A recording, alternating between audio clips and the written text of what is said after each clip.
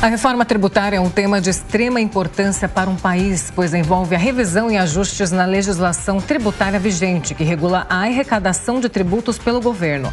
Para entendermos melhor o assunto e saber dos principais benefícios esperados com a reforma tributária, recebemos o ex-ministro da Fazenda, Maílson da Nóbrega.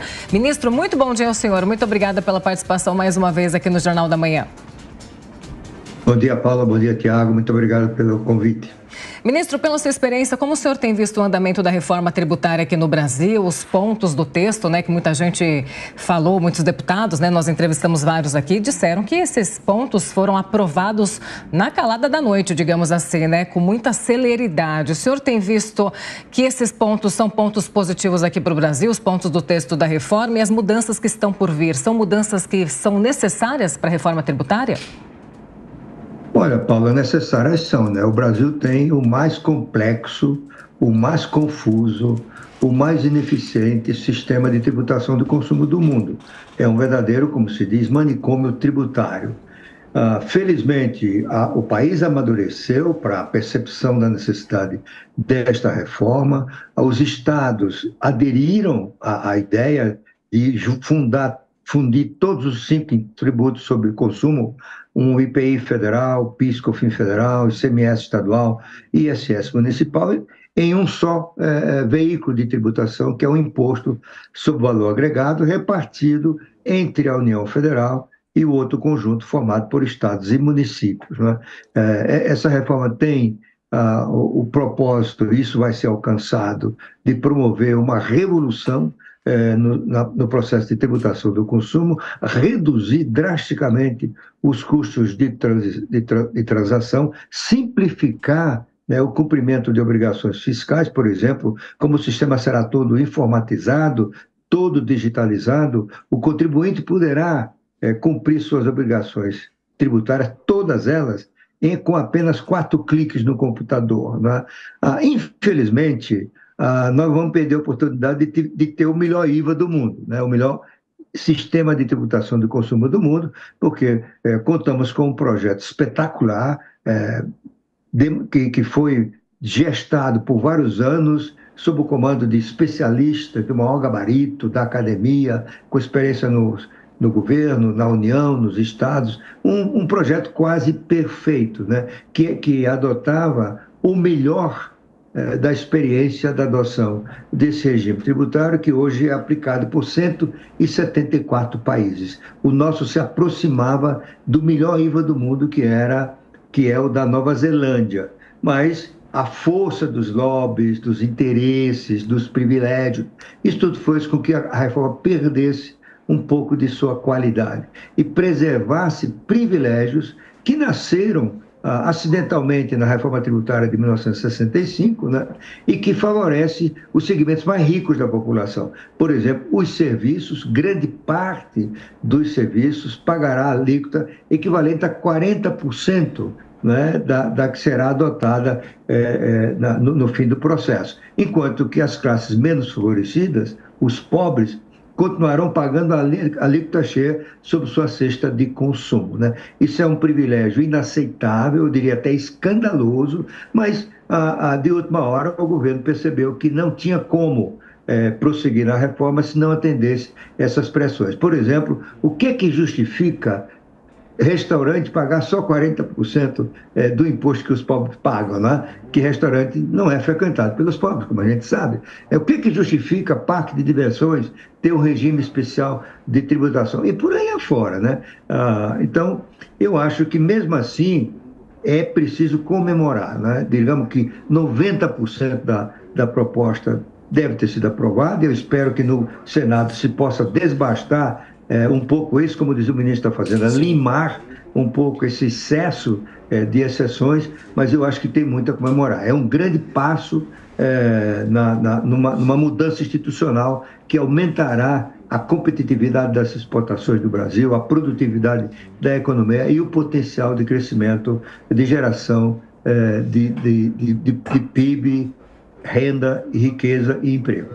Ministro, a nossa comentarista Amanda Klein também participa da entrevista. Manda sua pergunta.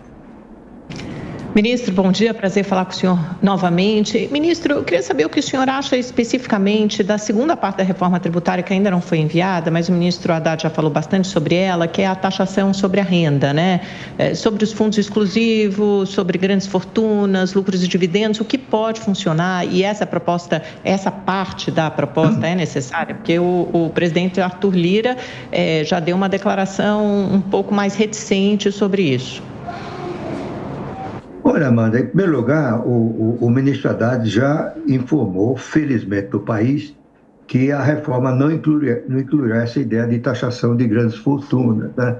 A taxação de grandes fortunas é um tema que agrada muitos segmentos da sociedade brasileira, segmentos anticapitalistas, antifortunas e assim por diante. E no mundo inteiro, quem aplicou esse tipo de tributação acabou voltando atrás, porque isso desfavorece a formação de poupança, pode levar à fuga de capitais. A França viveu isso de forma muito intensa, né? Então está fora do baralho, felizmente. Algum dia vamos ter que tirar isso da Constituição, porque ela sempre será uma ameaça, não é? Quanto à tributação da renda, né, e não digamos assim, das fortunas, né, eu acho que tem muito a avançar nesse sistema no Brasil. Em primeiro lugar, essa questão, não é, dos fundos exclusivos, que são bilhões de reais das classes mais abastadas, aplicadas no mercado financeiro e renovadas frequentemente.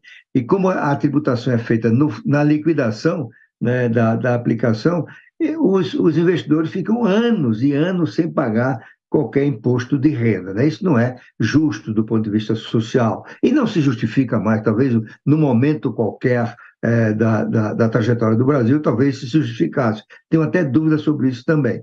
Então, eu acho que isso faz sentido, eu acho que todos os analistas estão de acordo que esse é um ponto que deve ser tocado na reforma. A segunda, voltamos ao campo dos privilégios, né? O Brasil, como a gente sabe, é o país dos privilégios e dos direitos adquiridos, ainda que adquiridos contra a própria sociedade, né? Então, você tem no Brasil um tratamento favorecido para as classes mais ricas quando elas gastam com educação e saúde de suas famílias, né?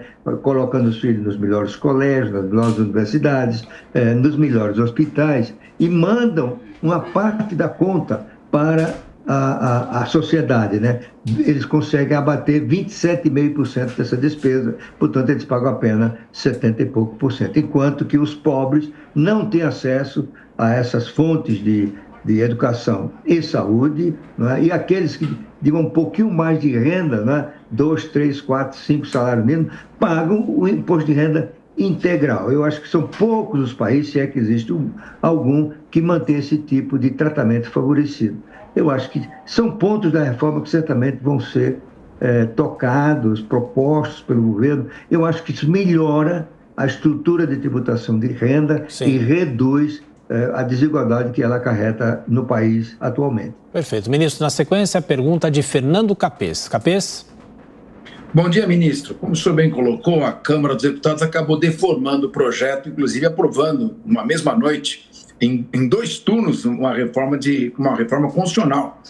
Deveria obedecer ao intervalo de 5 sessões e aprovar na mesma sessão. Bom, com essa deformidade, isso tende a aumentar a arrecadação no que diz respeito à tributação do consumo? Em havendo uma elevação da tributação do consumo, a reforma tributária não pode estimular a sonegação fiscal e a informalidade? Olha, deputado, excelente pergunta, sabe? Bom, em primeiro lugar, a proposta do governo, aliás, é um ponto importante a assinalar, é que essa reforma é a primeira grande mudança estrutural do país que não nasce no Poder Executivo. Ela tem origem no Centro de Cidadania Fiscal, formado por especialistas do setor privado, com experiência de governo e da academia. Em segundo lugar, ele foi apresentado por um deputado, o deputado Baleia Rossi. O Poder Executivo teve apenas o papel de coordenar suas visões, articular com o Poder Legislativo e assim por diante. Em segundo lugar, esta reforma, a proposta básica, além da criação do IVA e da revolução, né, na forma de tributar o consumo, ela propõe que não haja qualquer alteração da carga tributária, nem para mais, nem para menos. E por isso, a alíquota final dependerá de um período de teste que vai ser em 2025, em que durante um ano, né, as transações serão registradas com alíquota somada estados e municípios e União de 1%. E no fim do ano, o governo disporá de um gigantesco volume de informações para calcular precisamente